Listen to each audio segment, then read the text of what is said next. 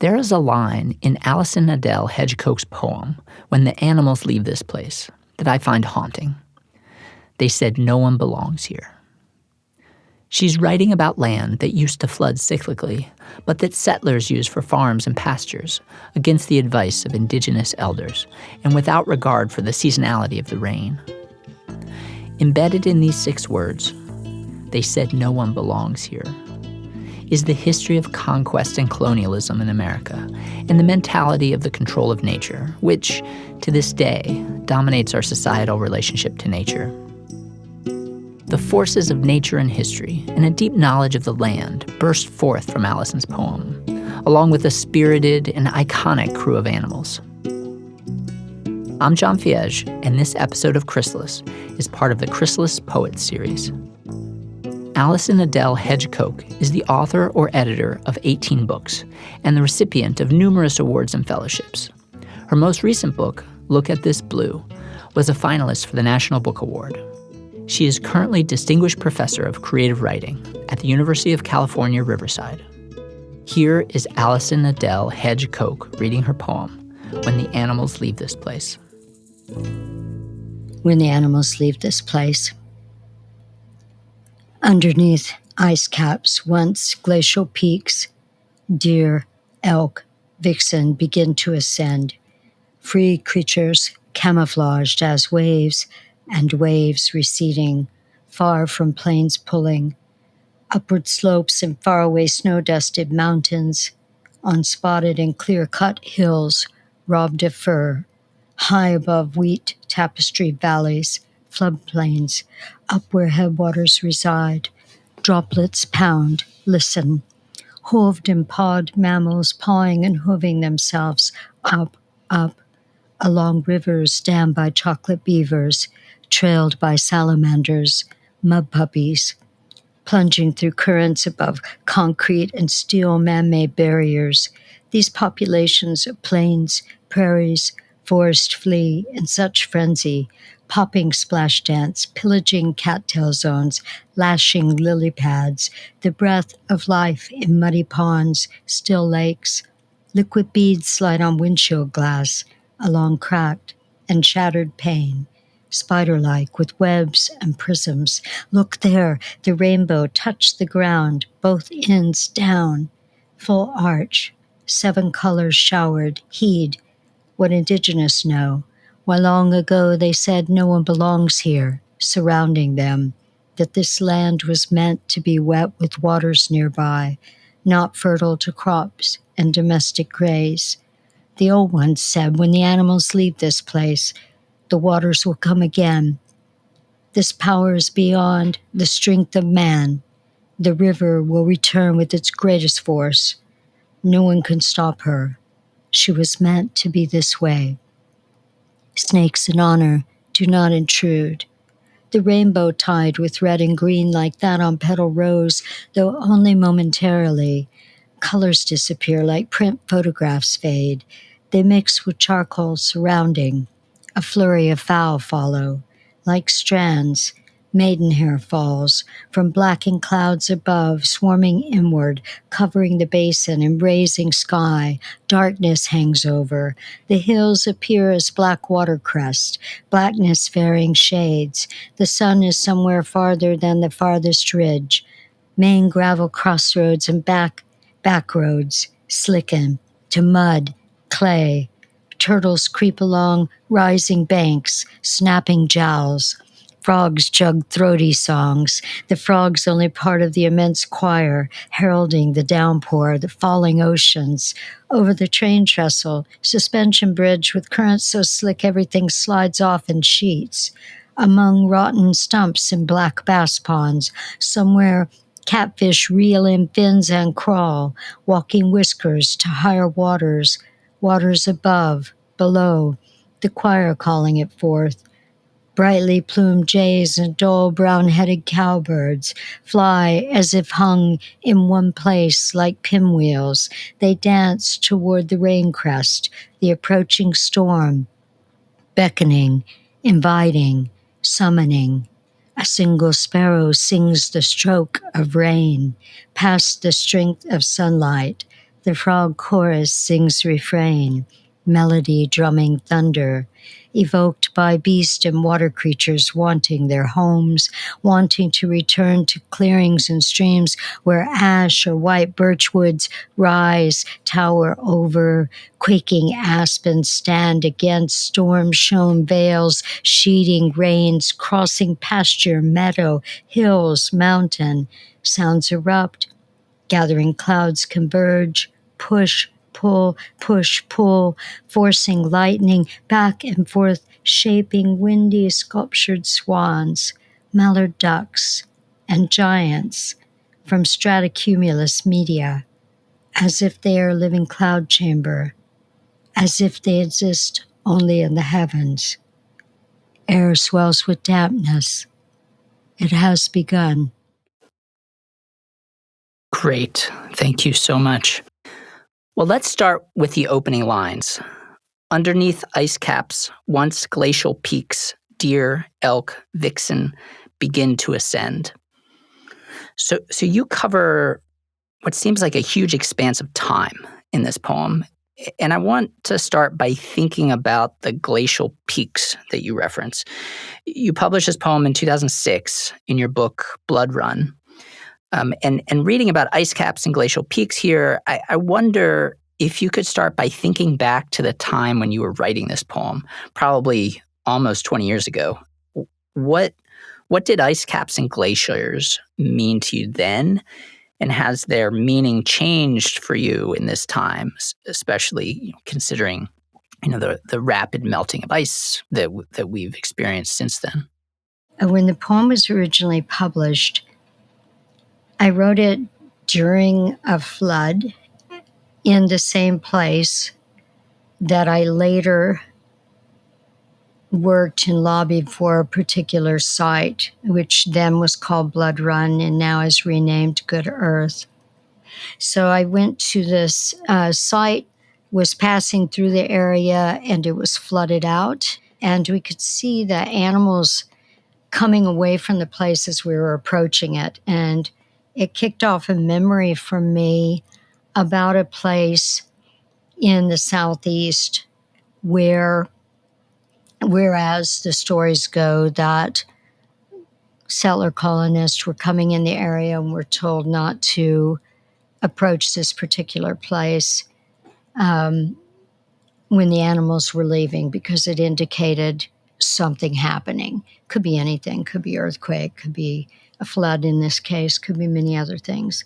But that was an indicator. And of course, the settler colonists thought that people just were trying to convince them not to take the land and settled there anyway. And that entire settlement ended up completely wiped out. But it's true. Anytime you see animals leaving something, it's probably not a good idea to go directly in that space. But when I was traveling through this area, the Big Sioux River, which comes off of the Missouri, that whole area had flooded out. And looking at the approach of this area, you could see there's Loess Hills there. There's indicators in the geography that show you that there was glacial work at hand probably 10 to 14,000 years ago during the Ice Age. There's remnants of that are very obvious in looking at that. And so you can still follow the pattern of the land from where the ice was. And so it starts out with that location and realizing this was a place that was all water at one time and frozen water that was moving with a very slow ebb and flow, that the currents still continue in the glacial coverings. The glaciers that are there still have that ebb and flow. So thinking of that motion and realizing how many animals had to leave at one time and what was happening just before this immense flood that I was witnessing in that year. May have been 1993 that this poem was first written, and just sort of locating in that way while being detoured for the flood and being stuck in several locations and having time to witness what was happening there and think about that landscape. Well, the animals in this opening part of the poem, they're ascending, um, and this ascension, for me, conjures images of wild animals rising to heaven, Yeah. in both a quiet spiritual way, but also with the kind of ominous question of what's caused them to ascend. Hmm. And ascension also holds this this meaning of importance, like the elevation of value of something or someone. And your list here is interesting: deer, elk, vixen. And a vixen is a female fox, but it's also a word used to describe women. Um, Sometimes in not a very flattering way, as salacious or argumentative. Um, and I read this choice of vixen as kind of blurring the boundaries between human and non-human animals, uh, drawing the connection between those two through the use of language. Can you talk about what this ascension means for you, and Yeah. and who's doing the ascending here? Yeah. So dropped into the second line after imagining this space in the first line and the history of this space. So there's a time signature to begin with, and then the deer, elk, vixen. Deer, particularly female deer in many cultures, also represent a woman like figure who could also be seen as a woman, who can entice and can sway and can show up to modify situations, change situations. Elk also have this lovely ability to whistle and to call. And so uh, not only is it relevant to the historic area, but it's also relevant to being called somewhere into the poem incantatory at this point, and used to sway our ability to leave where we are coming into the poem and enter into the space and be taken along with while watching them. Vixen is used to locate the very female fox, but also to invoke that sense of sway or calling and that sense of uh, being lifted along with through the grace of the fox. In a bit of a way, there's also some essence that one could be taken into that grace or could be fooled by, and not paying attention to these three beings would probably not be a good idea. So I'm also drawing upon their cultural sensibility of seeing the other sides of things through their presence and how they've shown themselves here. So they're used very particularly for that. And also for the sound as well, of course, sonic value in poetry. Landing on Vixen instead of beginning with it. Right. It puts a crux in the middle of that line that causes us to come to realization this means more than it looks like. And they're beginning to ascend, so they haven't quite ascended yet. They're beginning to ascend. So it's signal to audience, signal to us as human beings. We're all audience to this landscape. We're audience to these other beings leading the way. They're beginning to ascend. So beginning to rise above this situation, which could, of course, be very man-made, which we find out soon enough in the poem. Right. Yeah, for sure. Our own demise. Yeah. Well, yeah, and moving on from here, you transition from an image of wild animals roaming free through the forested hills, and they appear to be part of these forested hills, And this transitions into an image of cultivated fields that have replaced those forests and displaced those animals. At the same time, your language transitions from soft, serene sounds to harsh, cutting sounds. So if you don't mind, I'll read one short section again. Great. Free creatures camouflaged as waves and waves receding far from plains pulling upward slopes and faraway snow-dusted mountains on spotted and clear-cut hills robbed of fur, high above wheat-tapestried valleys, floodplains up where headwaters reside. And then a couple stanzas later, this kind of violent language grows as a land teeming with life is again interrupted. And the poem continues, plunging through currents above concrete and steel man-made barriers, these populations of plains, prairies, forests flee in such frenzy, popping, splash, dance, pillaging cattail zones, lashing lily pads, the breath of life in muddy ponds, still lakes. So can you talk a bit about the history you're referencing in this conversion of wild lands to agricultural lands, and about your use of language here as this that in a way makes us feel viscerally this kind of violent transition? Yeah, a sad state of affairs.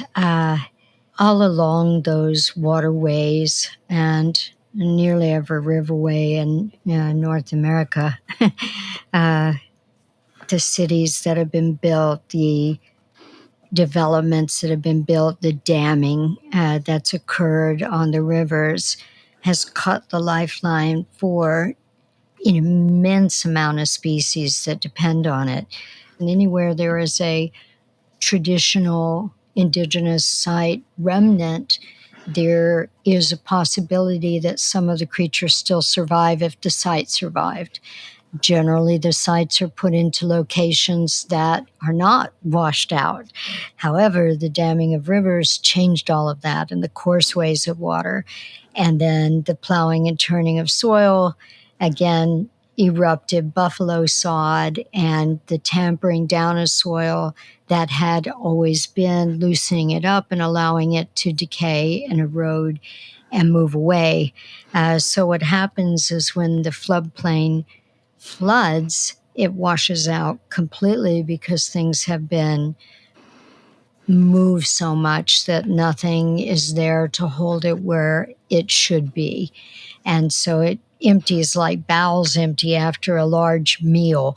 It just eviscerates the area. So it is very violent, and moving in toward this idea of the damming by beavers, which is very healthy for the river and very different than what the people do with the concrete and steel man-made barriers that are written into this part of the poem. So they're placed closely together in the poem, only a couple of lines in between, to demonstrate the difference between something in nature that's very natural in a damming sense to coordinate and to clean and filter the water, and something that just stops it and eradicates use of it and mischannels it elsewhere. That choking off of source ends up choking off the life of all the beings that belong there and the nutrients within the soil and everything else that's needed to have a healthy biosphere, to have a healthy ecology, to have a healthy life source. And breaking that down into something where we see in a flood that's coming very fast, animals moving in such frenzy to get away from it at some point, cutting through plant life that's there to evacuate, and watching that happen and knowing these plants will not be the same afterward, and then taking it down to that very point where we're seeing the breath of life in muddy ponds, still lakes, thinking of lily pads and other flora that also hold things in place and create or aerate water and allow other animals to live underneath, etc. So that's put in there in a sense of creating that disruption that is also adding to despair and degradation. And thank you for picking up on the sonic value there. I start using words that require the mouth to close, and so we Mm, have a lot of P's. There's B's, there's P's, there's T's, mm-hmm. where we have to close the mouth, and that also is indicating the damming or the Mm. interruption versus the sonic flow where the mouth is open. So hopefully that sonic value also adds to the violence there. Wow, that's super interesting. That's super cool. I don't know if I answered your question. Oh, totally, totally. Yeah, I mean, that's one of the most amazing things about poetry is being able to turn the sounds of our language into meaning. I'm always amazed to see how that plays out in different poems. It's super cool. Well, and the next stanza shifts perspective, possibly to a person driving a car through rain, Mm-hmm. though that's not exact. It's not laid out there, but that's what it seems like. And the car is kind of this ultimate symbol of modern industrial destruction of the environment. And so a couple lines here. Liquid beads slide on windshield glass, along cracked and shattered pane, spider-like with webs and prisms. And I really love this imagery, abruptly human and broken, but then compared to natural imagery, spider-like with webs and prisms. And the prism suggests that the world looks different depending upon the lens through which you're perceiving it, and perhaps how cracked and shattered the glass is that we're looking through. Can you talk about this shift in perspective, both in the poem, but also maybe that you might be referring to more broadly, perhaps a cultural shift in perspective that maybe our current predicament might call for? Yeah, so figuratively, it's doing all sorts of work here. And literally, during the flood, uh, due to detours and roadblocks and waiting things out while they're trying to clear space, and people are standing on roofs of their homes. It's a very dangerous place where I am, where I'm writing this poem.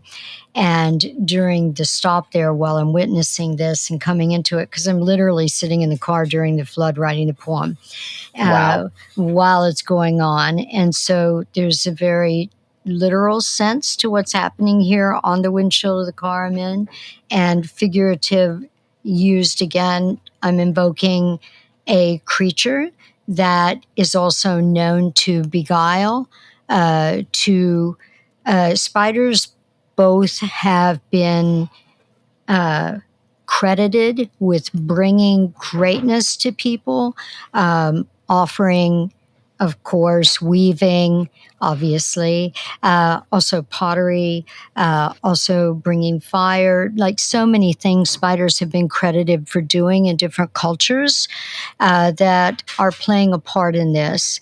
And so there's also an invocation using what's happening with the water on the glass to invoke another creature that both beguiles us as they do their prey and educates us. As many times when we are called to listen and there's something that stuns us and makes us pay attention, there's often lessons there.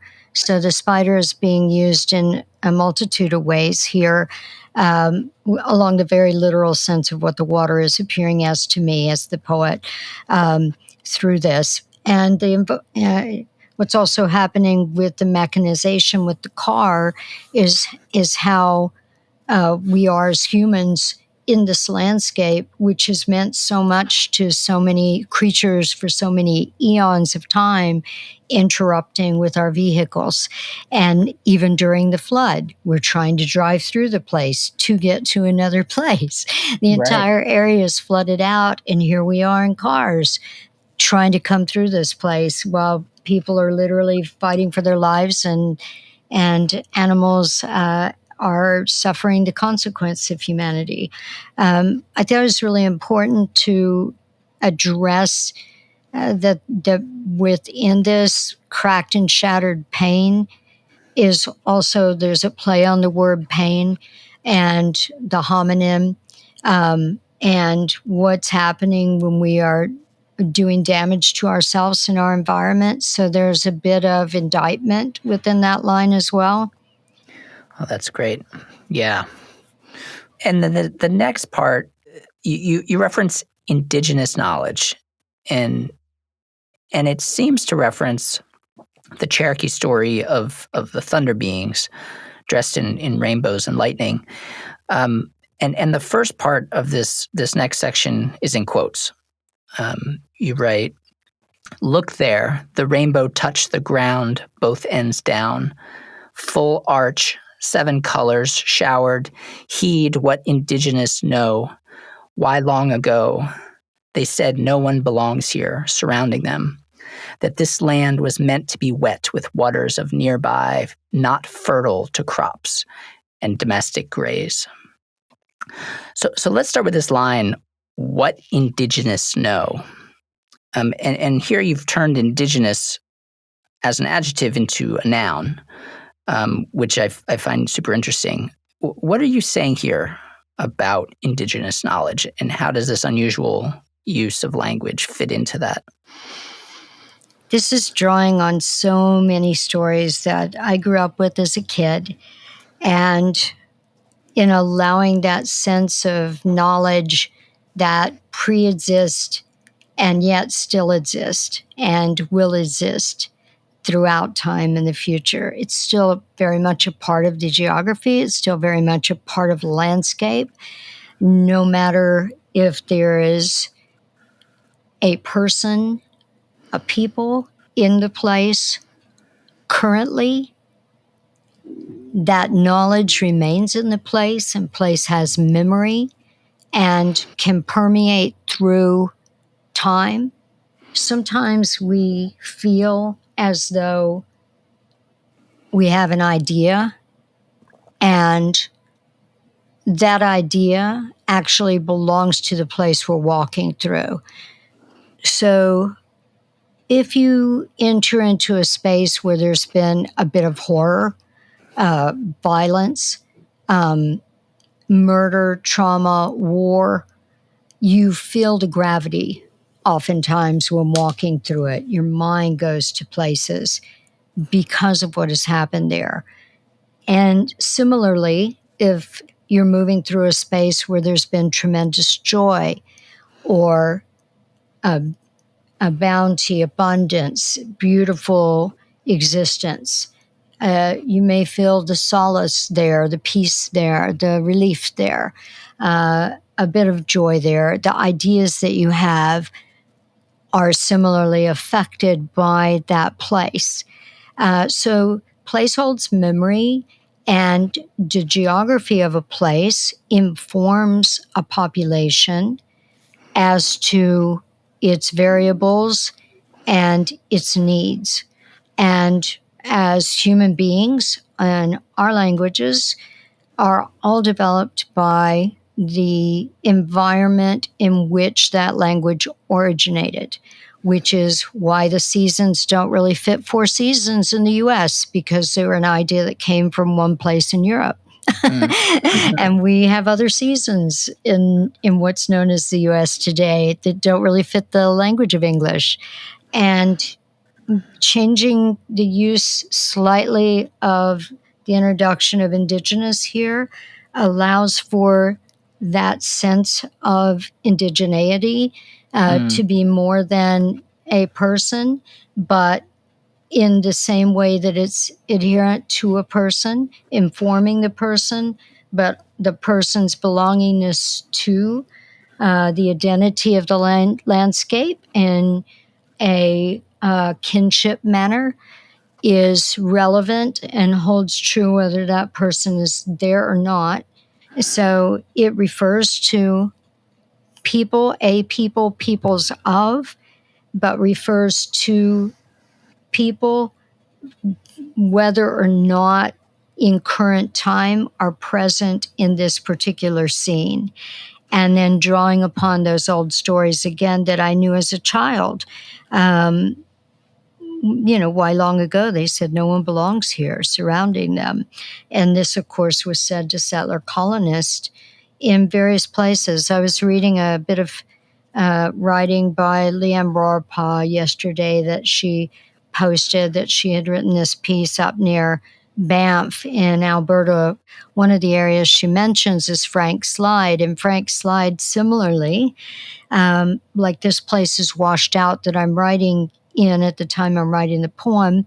Similarly, at Frank Slide, Native people told settler colonists, not a place you want to be. The earth moves here, the mountain moves here, and they built their town anyway. And a third of the mountain fell onto the town one night, literally just fell onto the town and crushed them in their sleep. And in like 9 minutes, it was over.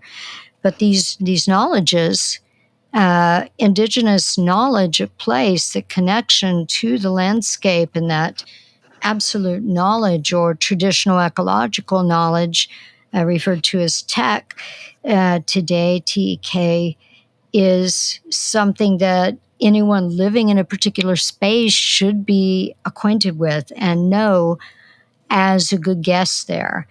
So I'm also sort of stating this in this sense of heed, full arch, 7-color showered heed, what Indigenous know. And then in order to pull audience into the longer sense of temporal knowns here, why long ago they said no one belongs here. And so here we are existing in this calamity because people moved into this area that doesn't have protection around it and have changed all of this source. And what's being said here by the old ones, when the animals leave this place, the waters will come again. As powers beyond the strength of man, the river will return with its greatest force. And thinking about that river and how strong she is and how her entire history has been affected by this new manscape that's come in and changed things and changed her pattern and her way of moving through the world and everything she reaches and nourishes and everything she takes in. And yet this power, the river is going to chart her course again. She's going to find her way. Water has memory. Water follows its individual mirroring platelets and returns to its courses. It's a fact of water. And so she will eventually return to her course. And so that this sense of people having to be told this, and seasonally these things will happen, of course, in mountains and in floodplains in many areas. Waters come from other areas which are higher and include mountain bases and trickle down into becoming headwaters and such for rivers. And we see these flows affected by snowmelt. If we have healthy environments and there's snow, which we're moving into such an unhealthy environment, now we're losing snow. Right. So it's also sort of predicating this existence with an environment and having this strength that will always return, and people not being aware of cyclical value of these floods and or seasonal value even within a year when approaching something that's new to them. Well, so much of dispute over land is about who owns it, who controls it, which community of humans has power over it. But here you're not calling for a transfer of ownership. Instead, you write, they said no one belongs here, surrounding them, that this land was meant to be wet with waters of nearby, not fertile to crops and domestic graze. And the next line references the old ones, So it is words coming from the elders, and ownership was such a fundamental tool of European colonization about, of course, who controls the land, and that has not gone away. It's a very live contemporary debate. Can you talk about this idea of ownership and what the implications are of this line? No one belongs here. Yeah, I want to also go up to a line that follows this and follows the sense of the river and what's in the quote here. In returning with its greatest force, no one could stop her. She was meant to be this way. Snakes in honor do not intrude. And the snakes here refer to the snake mound that was in the city, which we're just below at the point where this poem is being written in the flood. At the place that was referred to as Blood Run is now called Good Earth.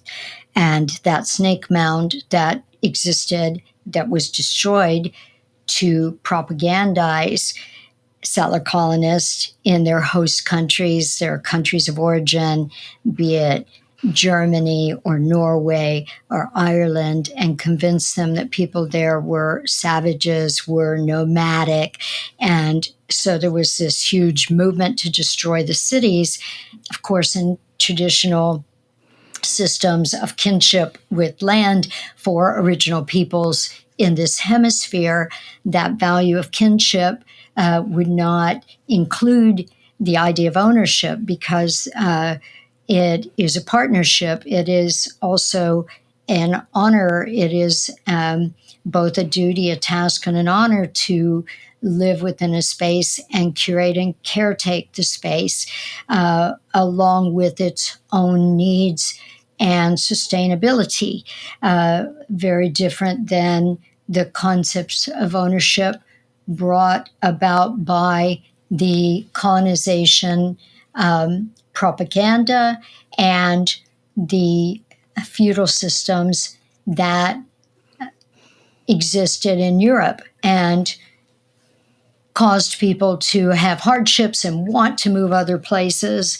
But they were basically promised they could be lords of the land and they would own the land. And in that concept, it meant domain. It meant it was theirs to do with what they willed because they were in charge of the domain, which is not an indigenous concept with land.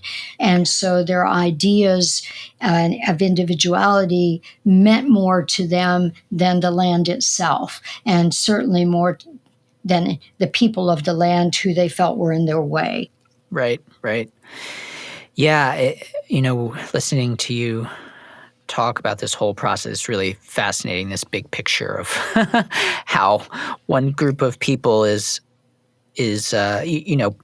European peasants who are abused for centuries, but they don't know any other system than that, and they essentially want to become the abusers rather than the abused.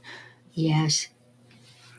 It's diabolical to think about the control of population by states and the colonist state that was beginning what we know today as the U.S., playing with people from their own homelands, from other homelands, from their own continent, and creating this whole dire situation, which we're feeling the results of today, versus learning the land, learning how to live in accordance with, and having partnership with people they meet or returning home. If you can't live in accordance with the place that's hosting you, you're never going to live fully. You'll never really experience that sense of what it means to live fully within an environment because you don't have the perspective to engage in that way. And so just thinking about that today and looking around us and seeing how dire situations continue to grow more and more dire and how many people are still suffering. What about Indian Land Tenure Foundation? You are a descendant of all these settler colonists and you own all this land that was swindled and your family has devastated it. And and tortured the landscape. How about restoring that and restoring it to caretaking by original people for the earth, for the planet, and bringing back traditional ecological knowledge to that whole biosphere area so that the ecology of an area can be healthy again? And how about coexisting? And how about being a friend? And how about learning the language of a place? Uh, to Yeah. start with, which teaches the geography, which teaches the climate, which teaches the accordance with, and the way of seeing and the way of perceiving that belongs in a particular space. How about being a good guest? Or how about just finding a place that you don't have to destroy to feel that you have something? Right. It seems so Well, sensible. it's like golf, it's like Yeah. came from Scotland and these Yeah, yeah.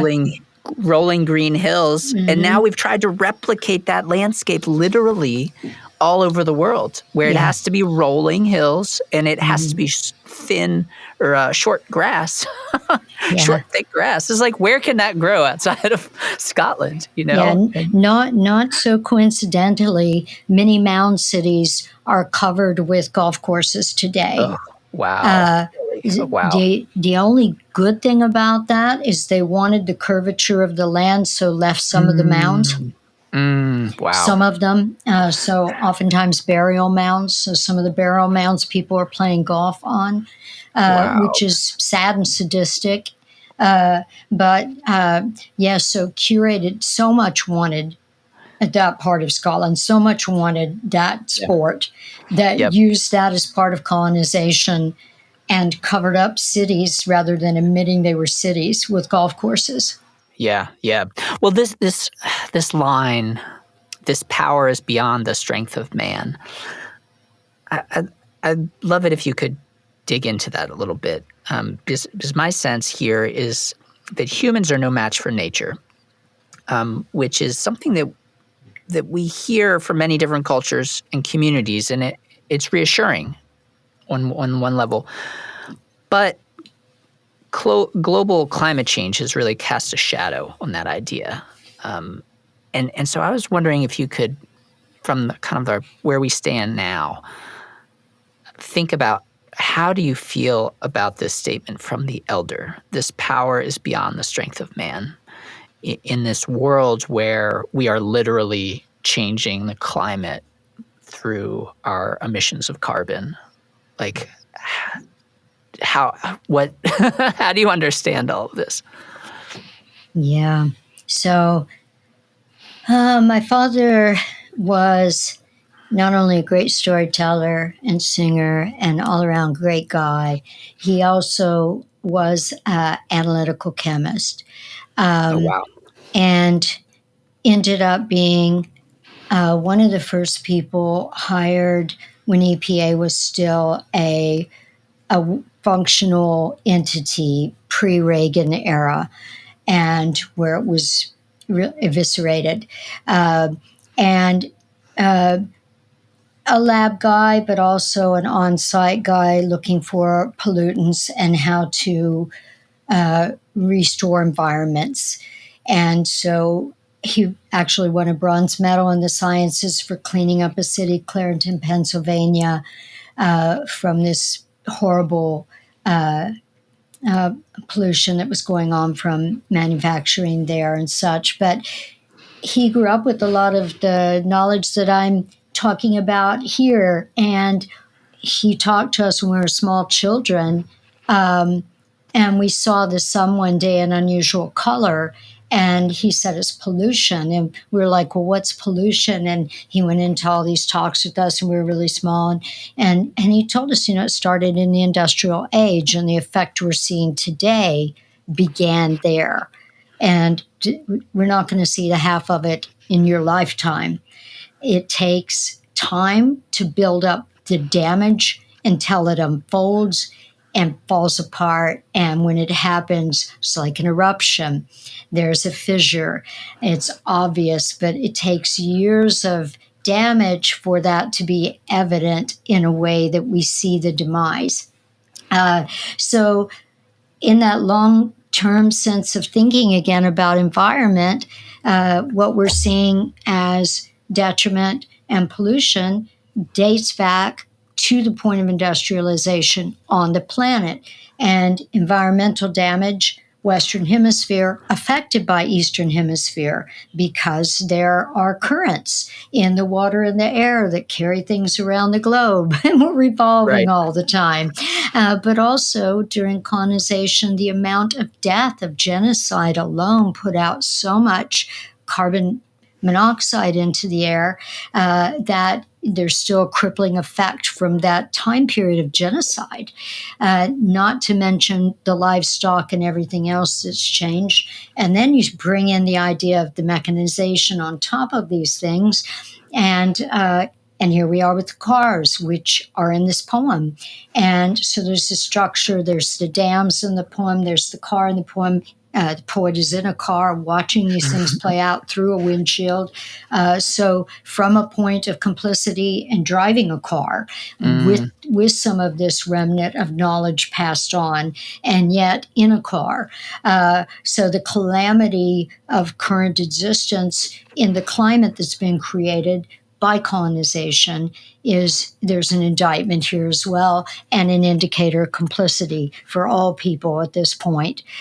For anyone who's not living in an entirely balanced way with an environment, there's a complicity, not necessarily by choice, but by call of the state, by what we're living in, by what we're sort of forced to do to exist in an environment, to work, to follow work, to get to places of work, to use this transit system. Beautiful, wonderful, brilliant poet mind that houses itself within the poet Matthew Shinoda, who is a Coptic Egyptian American poet, said that America is the great homewrecker. We all have to go and follow workplaces in order to survive in this culture. And it's a very true thing that we are split apart from our homes, from our family, in cars, in trains, in planes, in boats, moving about the world to look for things that we can live through versus staying within a place that we can live within if we treat it well. I mean, literally, if we could just start undoing some of the damage we've done, just start there, and move people out of areas that are floodplains where nobody should be, surrounding these other areas that are safe to live in. These are areas that are only meant to be used seasonally. They're never meant to be long-term life settlements. They're not meant for that. It's so insane to think about what's happened during this period. A few hundred years can change an entire continent in such a dire manifestation of what seems to be a progress. It's just uncanny what can happen in such a short timescape. And if it can happen that quickly in a dire way, what would happen if we just unfolded that a bit? And how quickly could we recover some of this? How quick could that happen if people just started backpedaling and quit pushing forward, and trying to prove something that cannot be proven because it's so wrong in an environment? So that's in here as well. And then I start to, the rainbow is a really good source here because it is very dance oriented for many, many people. And this is an area as well where sometimes during these types of storms, you may see 8 different rainbows, almost like bridges in a row that you could drive under. I've witnessed things like that in this area. And in seeing them, it also offers a different sense of lifting, one that gives us sort of senses of relief or hope or beauty, and in this sort of sense. And in the poem, I use it as a way to start sort of turning this into something that we're seeing as a visual image, and mentioning the photograph and mentioning charcoal surrounding, as if this is something we could still work with, reconceiving. So Yeah. I'm using these very contemporary art forms to think about, and charcoal, also has a great historic past, Yeah. and carbon and Cave charcoal, paintings. right? So I'm also sort of using that to hopefully encourage a sense of how can we reconvene, and Mm. reimage and reimagine sort of restoration or sense of peace and sense of um, relief in the area, a sense of allowing the waters to recede by caretaking the waters and allowing them to go where they need to be, instead of malfunctioning them off to places that they should not be. So, But I also got go ahead. this sense of an encroaching darkness with this, Mm-hmm. because you mentioned, the 7 colors and the rainbow tied with green and red and brightly plumed jays. But then you have these images of a blackening or a darkening, with the photographs fade, charcoal surroundings, blackened clouds, darkness that's hanging over. Definitely. So is that part of it too? Yeah, Like, definitely. because I wasn't thinking about charcoal being like anew, like being able to recreate things, but I was seeing it as like erasing the colors in a way. Yeah, it's both. It also has a very old existence. Charcoal's been around Yeah. since fire, which is Yeah. volcanic. Right. There's all of these things mixed in here. There's a lot of double play in most of the sensory elements within here, also with the animals that are used, etc. So.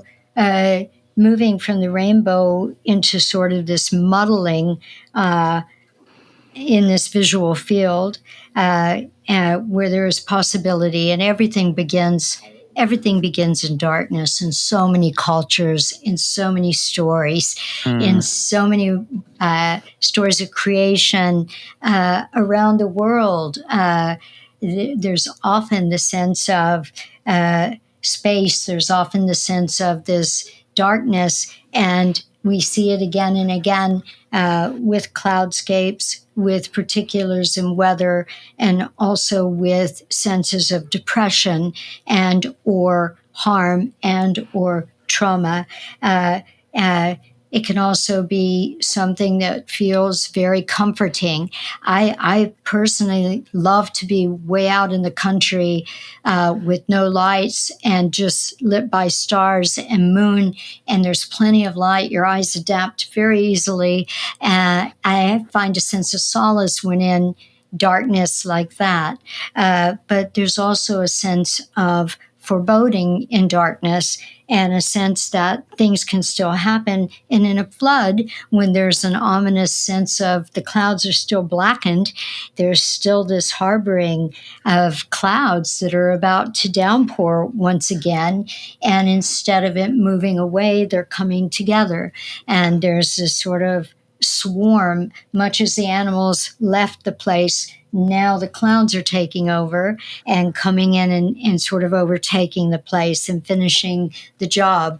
And so everything becomes black at this point, and darkness hangs over, and the hills start to appear, and it says here is Blackwater Crest. And if you can imagine during glacial melt, and many places and areas where there's been glaciers, you can see that first lap of water where it must have hit when it was melting, and there'll be remnants of fossils all along that first bank. Anywhere you go, and you see this hills come down, and just below it there's an ebbing, and then there's this bank that comes up. Maybe it's just a ridge or a rolling hill, maybe it's an actual bank, maybe it's a bluff, and it'll be pocked with fossils, because at that time the melt, things were pushing up again, and everything that had been remains got pushed into that place.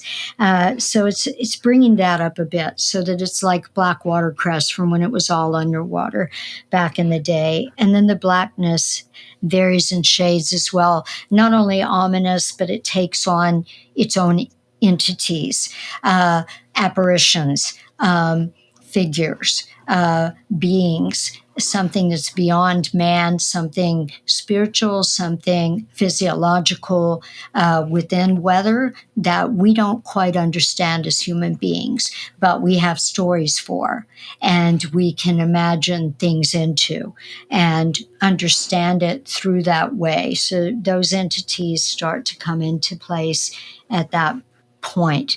And yet, somewhere in the distance, farther than the farthest ridge, the sun. Right, Right? right, right. Out of reach in some ways. Yeah. Well, and I love this upswelling of energy through this whole section near the end.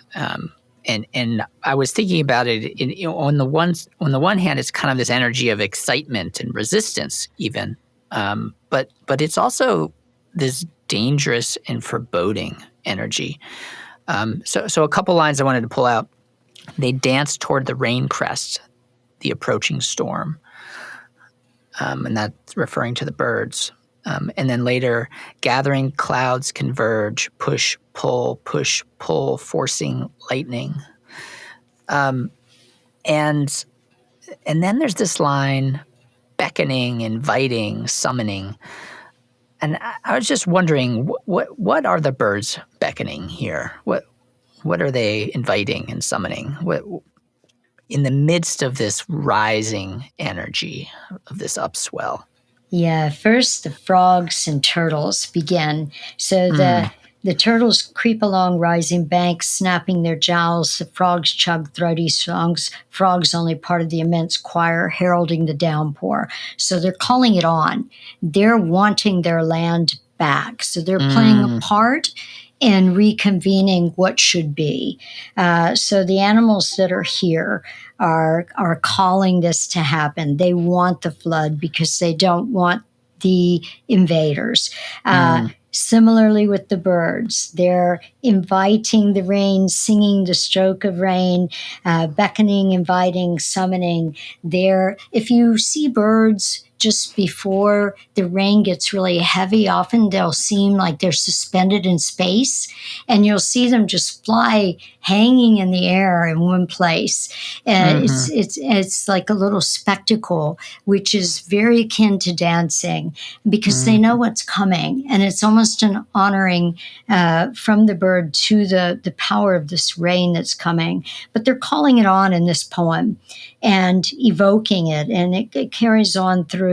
A single sparrow sings the stroke of rain past the strength of sunlight. The frog chorus sings refrain, melody, drumming, thunder evoked by beast and water creatures. So they want their homes. They want to return back to what was always theirs before this encroachment, before all of this industrialization, development. So the animals of the place are calling the place back. So adhering to what animals are doing and indicating to us is always important to sustaining the land so humans can live within and understand where they are, because the animals still hold the kinship that many humans have lost because of genocide, because of colonization, because of many other factors. And the animals are still within traditional knowledge. They're still living their lives.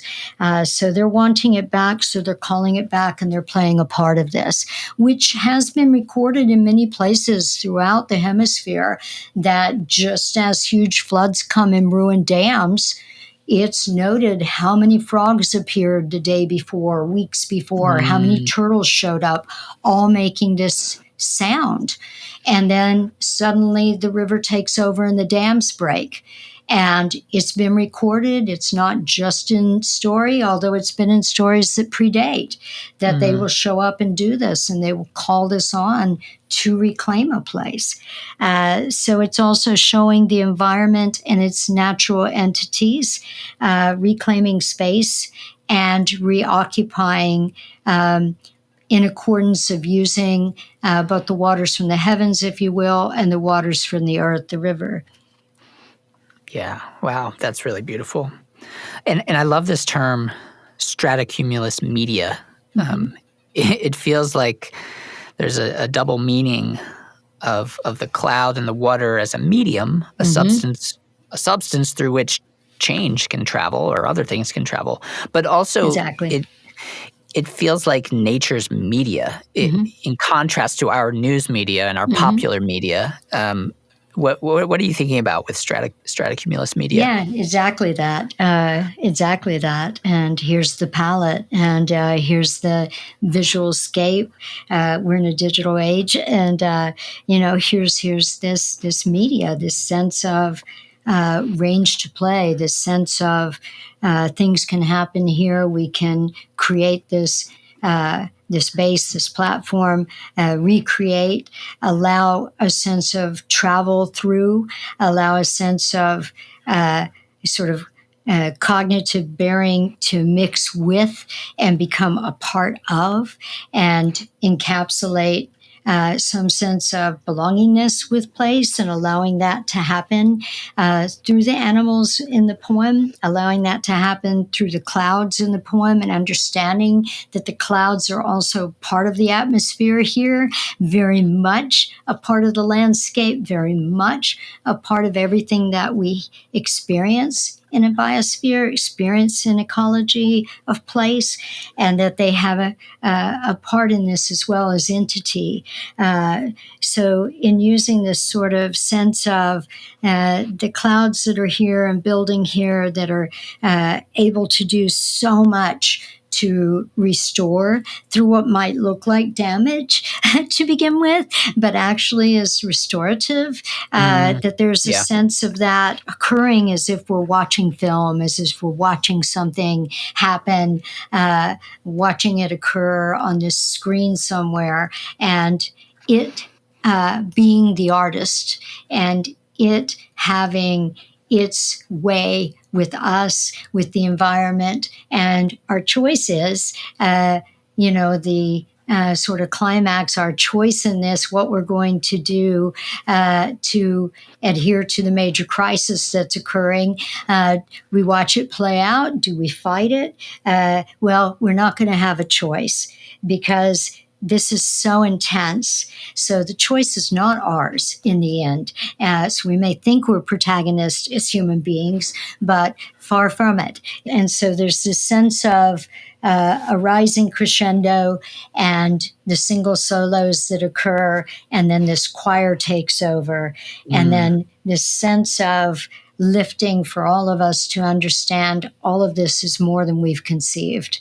And hopefully at the end of the poem, with "It has begun," we will allow ourselves to be relieved in it and let it happen, and let the restoration begin. And hopefully people will leave the poem with the idea that we can have a hand in by stepping back, by moving away from, by allowing nature to run its course, because nature will restore itself left alone to do so.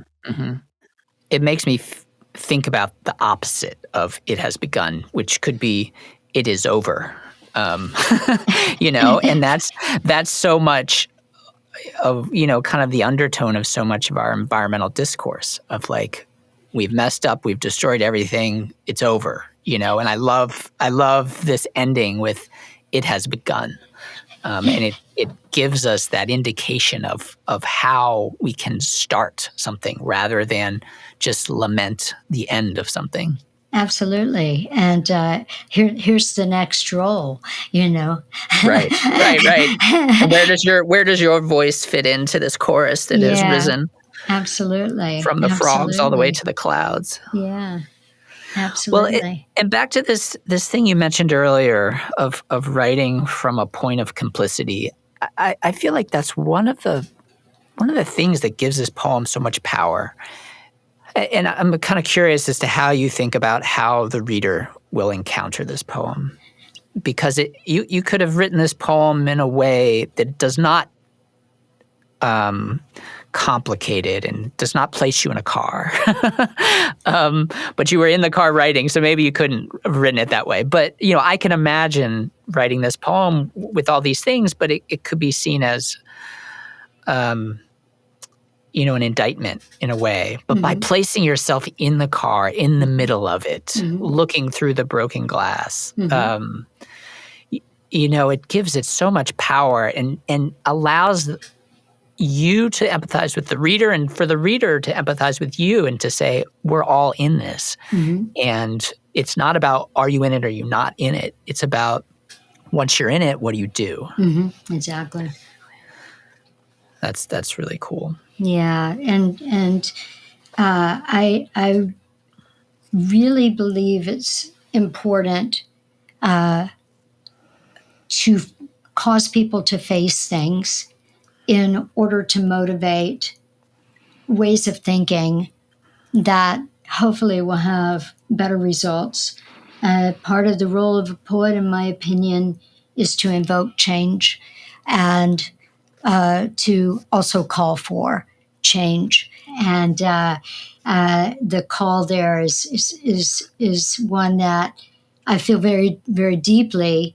And any time that I have the opportunity to be in a landscape and to witness how it's taken care of or how it's not, how it's harmed. Whether it's your neighborhood that you live in town, as I do, or it's traveling through a space and time. And so much so that when I returned to the space years later and ended up living about 10 minutes from this mound city, I ended up unable to do anything other than lobby the state to acknowledge it was a city, to protect it, to introduce it into the curriculum. So I began a legal case against the state and was the sole person testifying in many of the hearings. In the last hearing, one of the Game, Fish, and Parks wardens, who had become sympathetic, said that he had information that they were not going to have any more hearings. Nobody was showing up but me, and they were kind of done with it. And if I didn't do something this time, it wasn't going to happen. Luckily, there was a couple, their last name was Nelson, that had bought some property they thought they were going to build their dream home on, and they found out there were burial mounds there, and they wanted to sell their property and were offering it to sell for the state. Had the state just admitted this was a city, by eminent domain, they could have moved all the settler colonists off of it long ago and protected the site. They refused to go that way. But there was this couple that wanted to sell theirs to the state. Lucky for me, I turned around to the guy and I said, I have a secret weapon. I think he thought I meant some kind of actual weapon. I meant poetry. And I have been working, taking my students out from both K-12 schools, but also from the colleges I was teaching at in Sioux Falls, and re-educating them with the site, which was not in any of the curriculum, gathering all the information I could possibly gather on the site from very disparate locations, both tribal and state archaeologists, etc. And so I'm a poet, so I was writing these poems on the site as moved to write them, to speak for the site. So they were all persona poems. And I invoked the poetry in the last hearing and created an invocation and worked to mesmerize the panel that was hosting the hearing, and created a space whereas I was in poetry and then in very factual testimony on the side and back into the poem, and then in very factual testimony, and created a rhythmic structure in the oratory that was meant to mesmerize and worked. And at the end of my testimony, a gavel hit the table. The man in charge stood up, weeping, and said, we've never heard this way before. I think we all know what we have to do. And they voted unanimously to protect the site.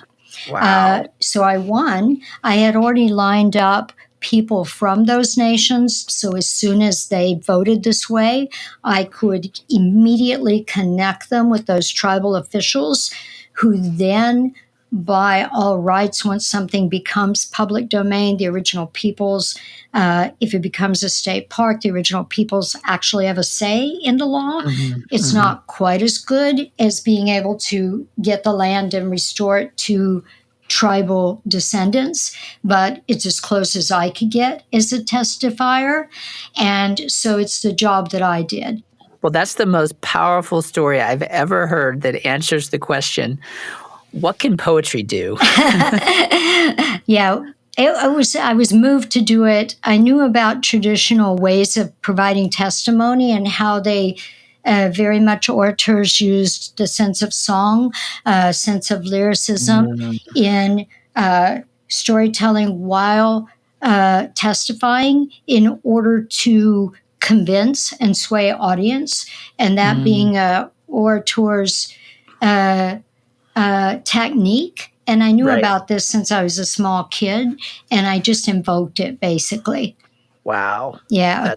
That's amazing. A secret weapon, poetry. Totally. That is so incredible.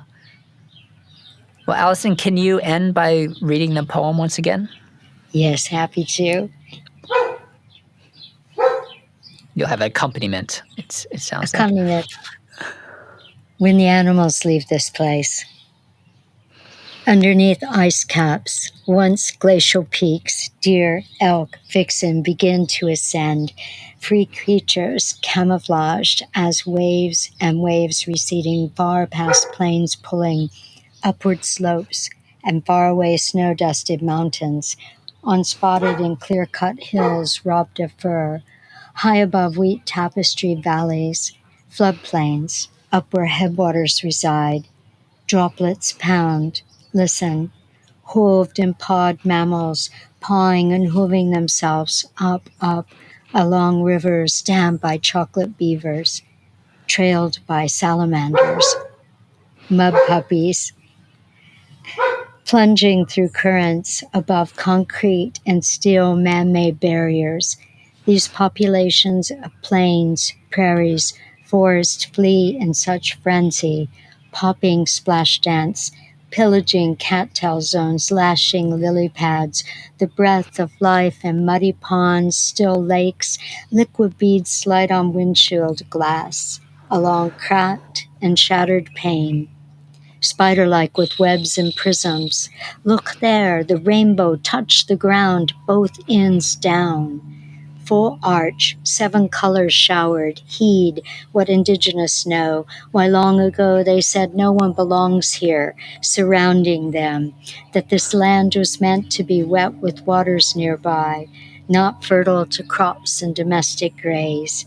The old ones said, when the animals leave this place, the waters will come again.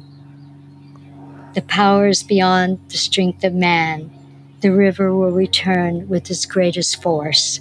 No one can stop her. She was meant to be this way. Snakes in honor do not intrude.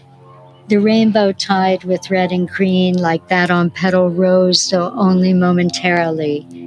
Colors disappear like print photograph fade. They mix with charcoal surrounding. A flurry of foul follow. Like strands, maidenhair falls from blackened clouds above, swarming inward, covering the basin and raising sky. Darkness hangs over. The hills appear as black watercrest, blackness varying shades. The sun is somewhere farther than the farthest ridge.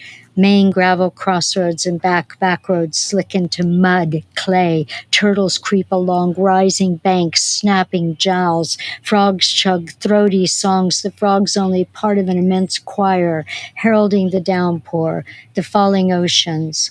Over the train trestle, suspension bridge with currents so slick everything slides off in sheets. Among rotten stumps and black bass ponds somewhere, catfish reel in fins and crawl.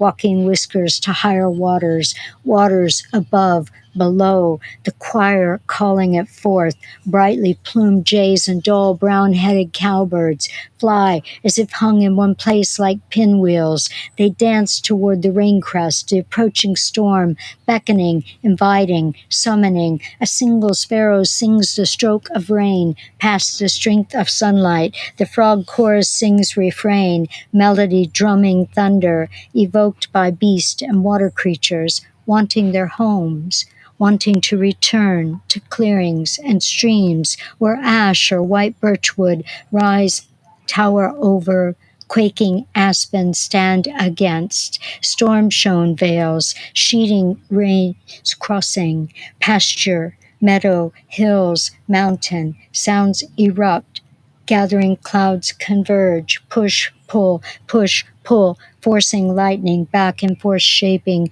windy sculptured swans, mallard ducks, and giants from stratocumulus media, as if they are a living cloud chamber, as if they exist only in the heavens.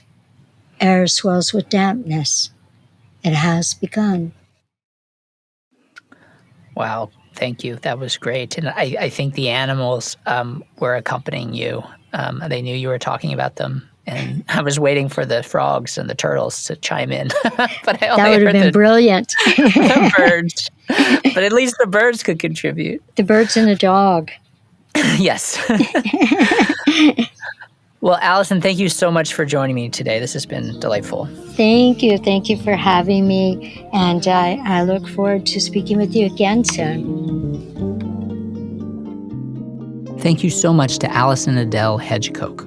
Go to our website at chrysalispodcast.org, where you can read her poem, When the Animals Leave This Place, and find our book and media recommendations.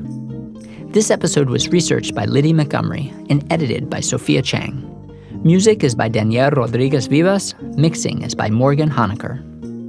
If you enjoyed my conversation with Allison, please rate and review us on your favorite podcast platform. Contact me anytime at chrysalispodcast.org, where you can also subscribe to our newsletter and support us with a donation.